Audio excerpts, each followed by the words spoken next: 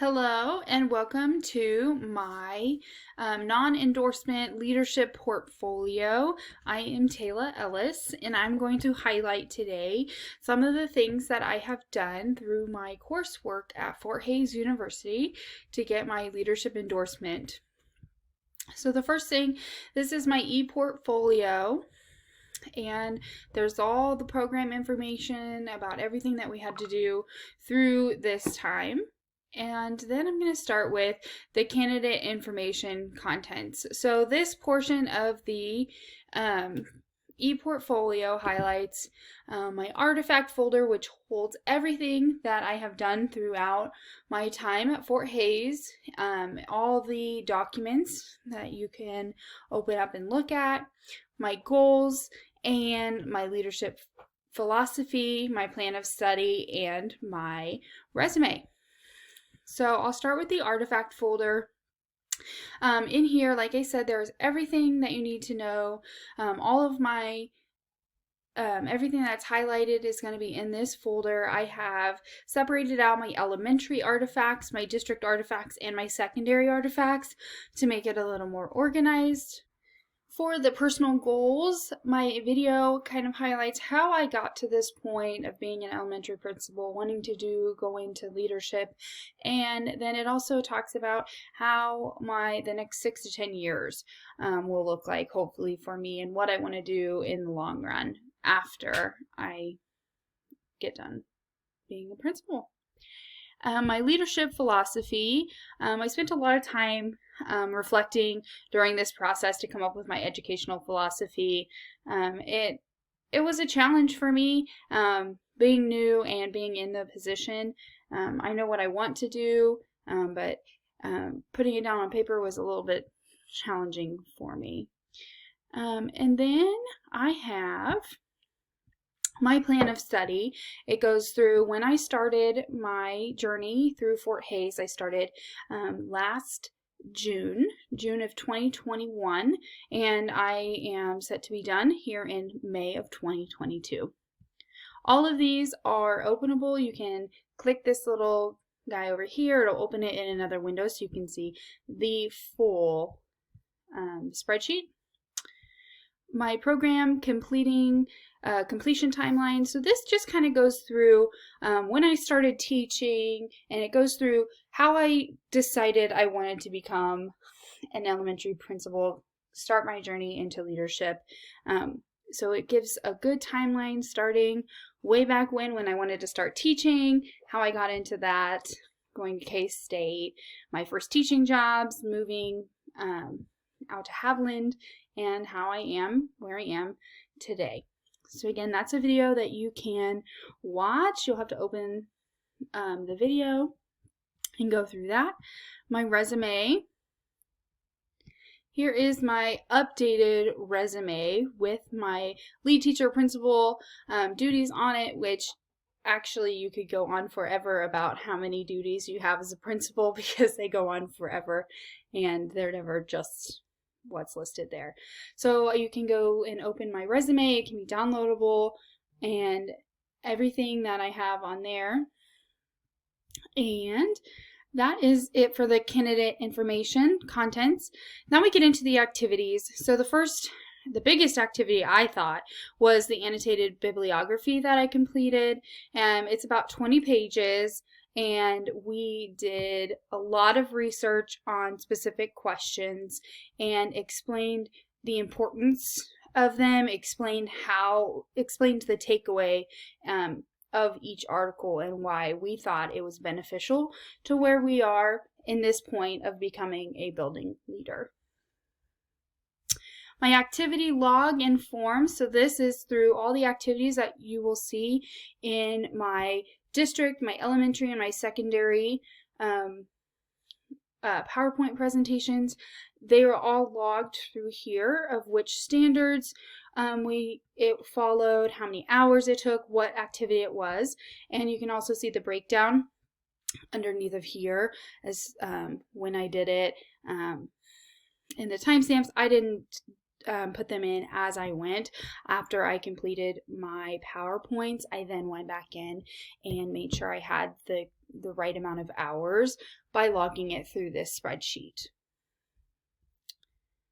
And then I have the activity tracker component, where this is, as I went through my PowerPoints, I would check off the activities that I did. So the 22 different activities, none of them are doubled up as far as in rows. They're all different, and they went through the 7 NELP standards, and those will be highlighted in my slideshows. So starting with the district slideshow, the first thing, as you go through, you can again open them up. All my artifacts are accessible, and so you can see those. For district, one of the things that I did was conducting an evaluation of existing mission and vision processes and statements. As being a leader this year in my building, I've had to do a lot with KISA. I've had to do a lot with site council, building leadership team. And so as part of KISA, we had to evaluate our mission and vision and make sure that's still the direction that we want to go. So I presented more information to the teams about mission and vision, what it looks like, what it should be, and then we decided, is this what we want to continue doing? So that was one of my activities for district, and it's going to go ahead and play my video. And one of the other things was cultivating ethical behavior. I am the district testing coordinator this year at my building.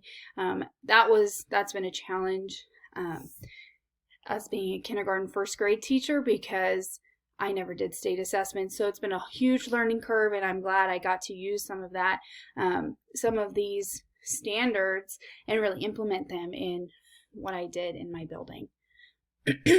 I started a new COVID testing plan.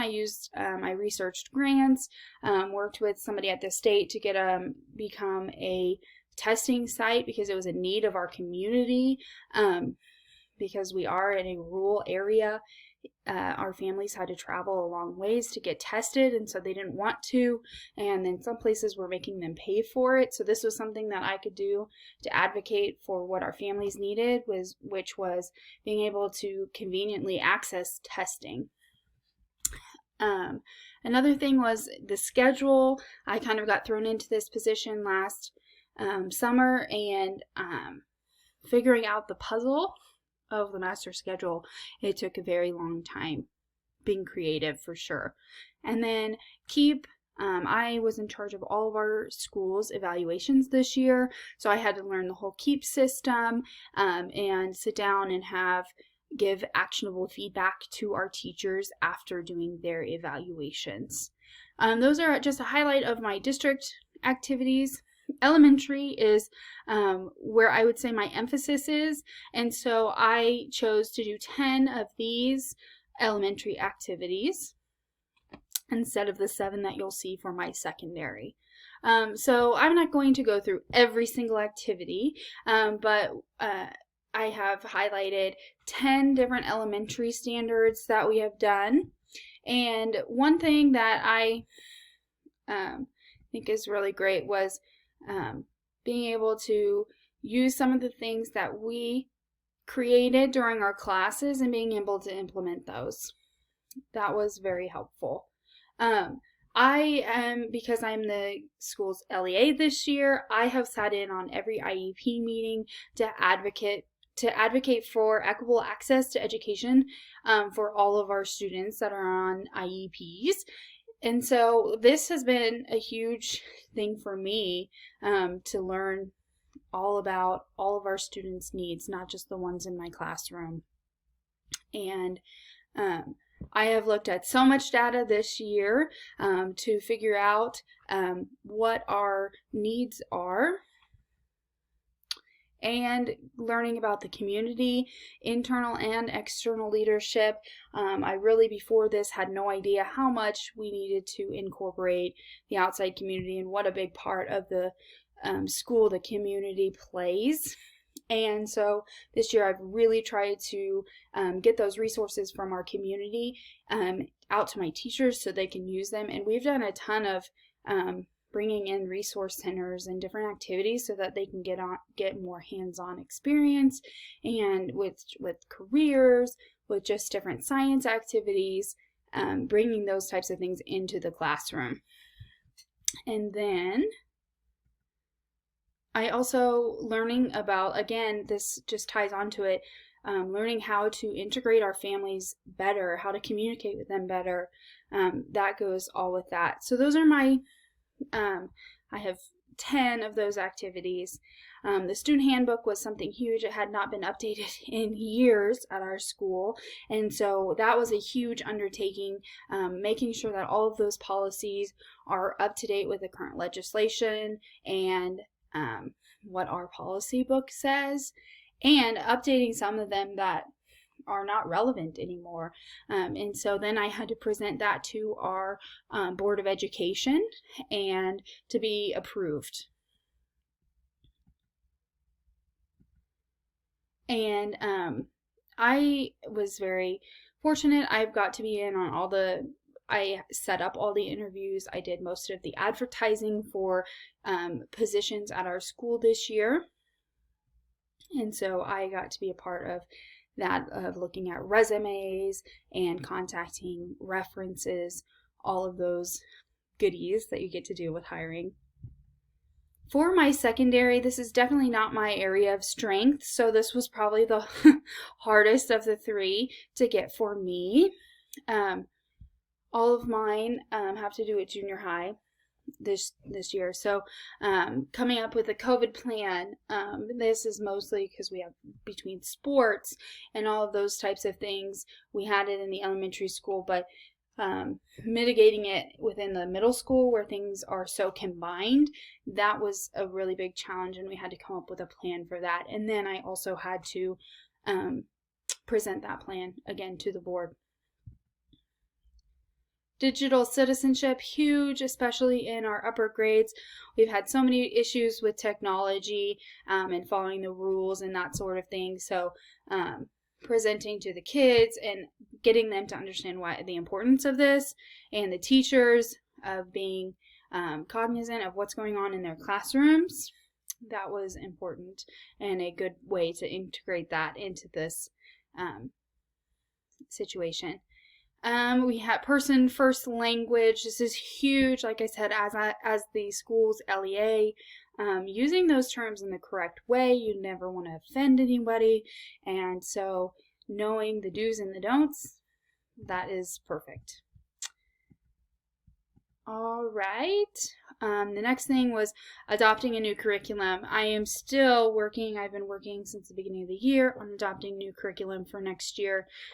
We've done a needs assessment. Our needs assessment was primarily for the junior high classrooms, of figuring out where is looking at the data. We don't have these curriculums. We think that could help with some of our test scores. So looking at them, looking at how they go with the standards. Are they project-based? Are they researched? All those sorts of things. How can they be implemented in the classroom? All of that. And site council, I have been in charge of the site council this year, and so I've been really trying to make it more community involved than it has been previously, and so that has been really great, getting their input.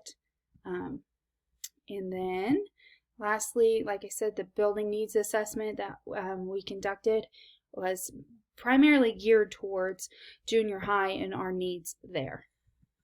So